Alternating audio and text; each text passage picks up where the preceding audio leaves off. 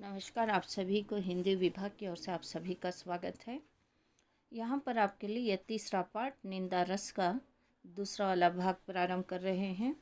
यहाँ पर एक व्यक्ति आता है जिसका नाम का और दूसरे का नाम गा करके कहा गया है। पिछली वाली कक्षा में आपके लिए यहाँ पर जिस तरह से एक व्यक्ति एक दोस्त अपने दोस्त से मिलने आता है, वो जिस तरह से अपने दोस्त से यानी गले मिलता है और वो जिस तरह से वो सोचते हैं कि मैंने भीम का पुतला जिस तरह से अंधे दुष्ट राष्ट्र के हाथ में दे दिया, उसी तरह ये मुझसे मिलने आया है।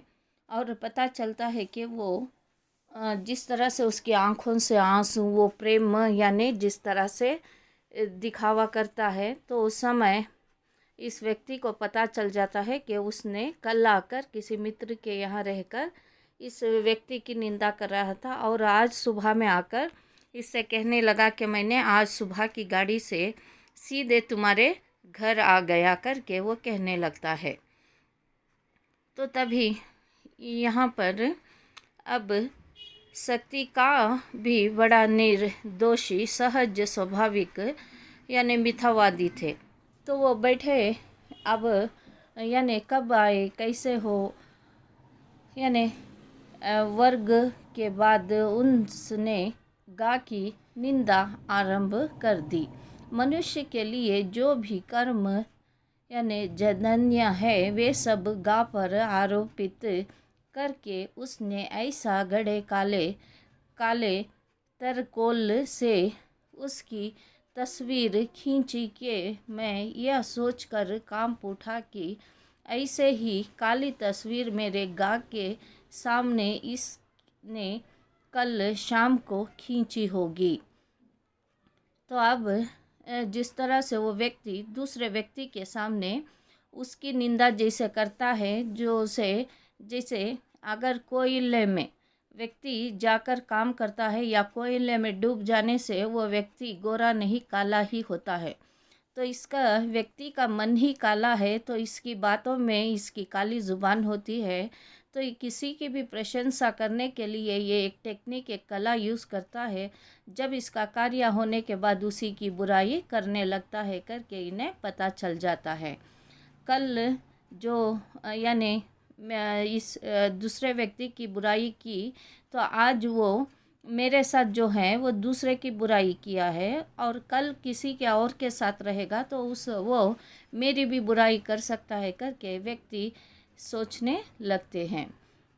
सुबह की बातचीत में गा प्रमुख विषय था। फिर तो जिस परिचित की बात निकल आती उसको 4-6 वाक्यों में धराशय करके वो बढ़ा लेता। अद्भुत, मैं मेरे यह मित्र उसके पास दोषों का यानी कैटलॉग है। मैंने सोचा कि जब वह हर परिचित की निंदा कर रहा है तो क्यों न मैं लोग यानी लगे हाथों विरोधियों की गति इससे हाथों कर लूं।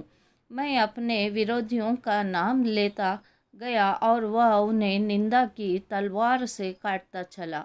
जैसे लकड़ी चीरने के लिए मशीन के नीचे मजदूर लकड़ी का डंड यानी लट्ठा यानी डंडा है, खींच कर जाता है और वह चीरता जाता है, वैसे ही मैंने विरोधियों के नाम एक एक कर खिसकाए और वह उन्हें काटता गया। कैसा आनंद था दुश्मनों को यानी रण क्षेत्र में एक के बाद एक काट कर गिराते हुए देखकर योद्धा को ऐसा ही सुख होता होगा। अब यहाँ पर जो व्यक्ति के यहाँ यानी एक दूसरे मित्र के यहाँ ये सुबह में आया है, तो उस समय वो दूसरे व्यक्तियों की निंदा यानी शिकायत कर रहा है, बुराई कर रहा है, तो गॉसिप कर रहा है। तो अब इन्हें जिस तरह से अब इन्होंने सोचा कि ऐसे वाले व्यक्ति जो एक व्यक्ति के 5 से 6 बुराइयां कर दे, तो ऐसा वाला व्यक्ति के लिए क्यों ना इसके पास हर एक व्यक्ति का कैटलॉग होता है। तो चलो मैं भी अपने दुश्मनों का, विरोधियों का एक एक नाम लेता चलूँ। तो उस समय इस व्यक्ति के सामने ये दूसरा वाला व्यक्ति यानी उनका मित्र एक एक नाम दुश्मनों के लेते जाते हैं, विरोधियों के, उनके अपोजिट पार्टीज़ के। तो अपोजिट पार्टी का वो जैसे नाम लेते रहते हैं, ये व्यक्ति क्या करता है, उनकी इस तरह से बुराई करता रहता है जैसे तलवार की धार पर, यानी 5 से 6 उनके यानी कोई ऐसे पॉइंट्स पकड़ता है जिससे वो कमज़ोर हो जाए। तो फिर दुखती हुई रग को छूना, इस तरह से वो उनकी यानी नसों को इस तरह से जगड़ता है, इस तरह से उनकी कमज़ोरियों को पकड़ने लगता है। तो उस समय पता चलता है कि ये एक तलवार की तरह है जो लोगों को यानी जिस तरह से एक मशीन होती है जो झाड़ों को, पेड़ों को काटने की, वो होने के बाद जैसे वो एक इंडस्ट्री होती है जहाँ पर पेड़ों में बड़े बड़े तख्ते हो, जो भी बनाने के लिए सिर्फ एक लाठी को ढकलता ही रहना है उस तान को, तो वो खुद ब खुद चीरती जाती रहती है। तो उसी तरह ये व्यक्ति इनके हाथ लगा है। जैसे एक युद्ध के मैदान में यानी लड़ते हुए जंग में एक राजा हो या एक सैनिक हो, जो सामने वाले दुश्मनों को जैसे वो हराता रहता है, मार मार कर उनका वध कर कर गिरा कर वो खुश होता रहता है, ऐसा ही वो व्यक्ति अपने सभी मित्रों का नाम ऐसे ही बोलता जा रहा है और वो प्रसन्न हो रहा है। मेरे मन में गत रात्रि के उस निंदक मित्र के प्रति मैल नहीं रहा। दोनों एक हो गए। भेद तो रात्रि के अंधकार में ही मिटता है, दिन के उजाले में भेद स्पष्ट हो जाता है। निंदा का ऐसा भी भेद नाशक अंधेरा होता है। 3-4 घंटे बाद जब वह विदा हुआ तो हम लोगों के मन में बड़ी शांति और तुष्टि थी।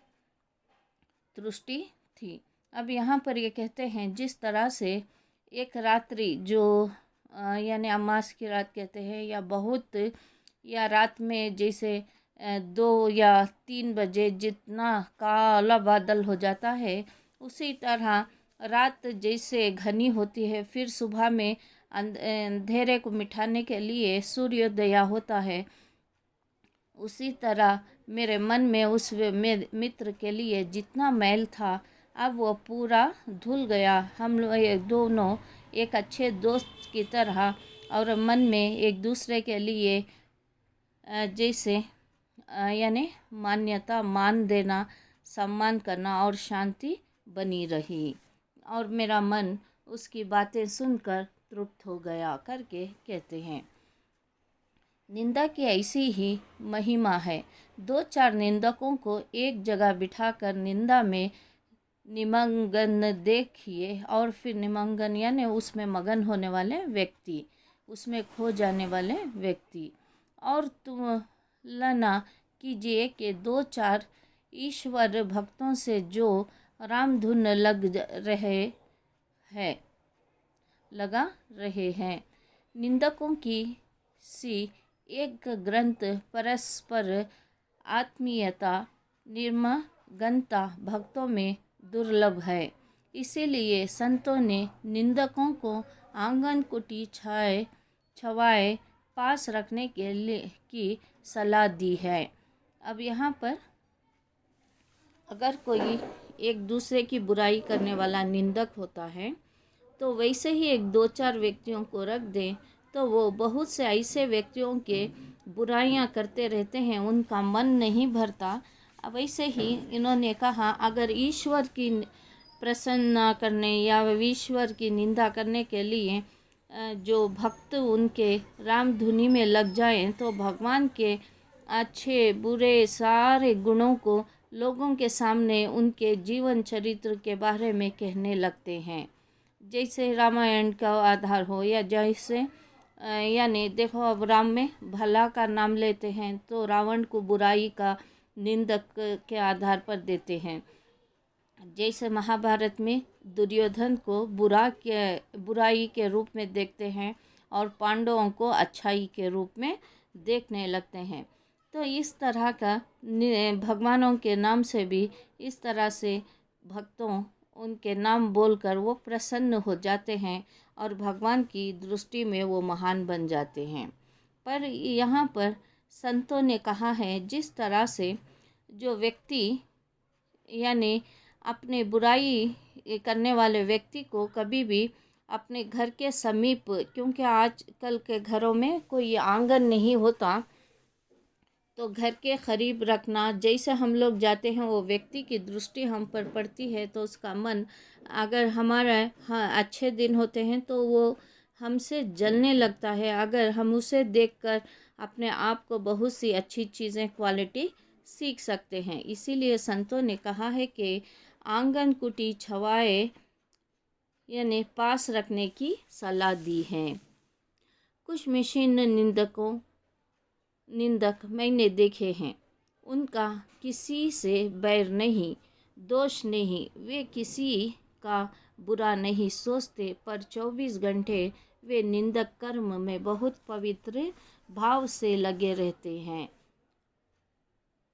यहाँ पर जिस तरह से उनकी निंदा यानी निरापत्ता यानी निष्पक्षता इसी में मालूम होती है कि वे प्रसंग आने पर अपने आप की पगड़ी भी उसी आनंद से उछालते हैं जिस आनंद से अन्य लोग दुश्मनों की निंदा उनके लिए टॉनिक होती है। यहाँ पर एक ग्रुप होती है मिशनरीज, जिस तरह से निंदक मिशनरीज करके कहा गया है। यानी आजकल आप डिडक्टिव देखते हैं, डिडक्टिव यानी जासूस, जिस तरह से वो किसी भी व्यक्ति से संबंध नहीं है, बस उसके व्यक्ति के बुराइयों को लाकर लोगों के सामने प्रस्तुत करना है। धन्यवाद।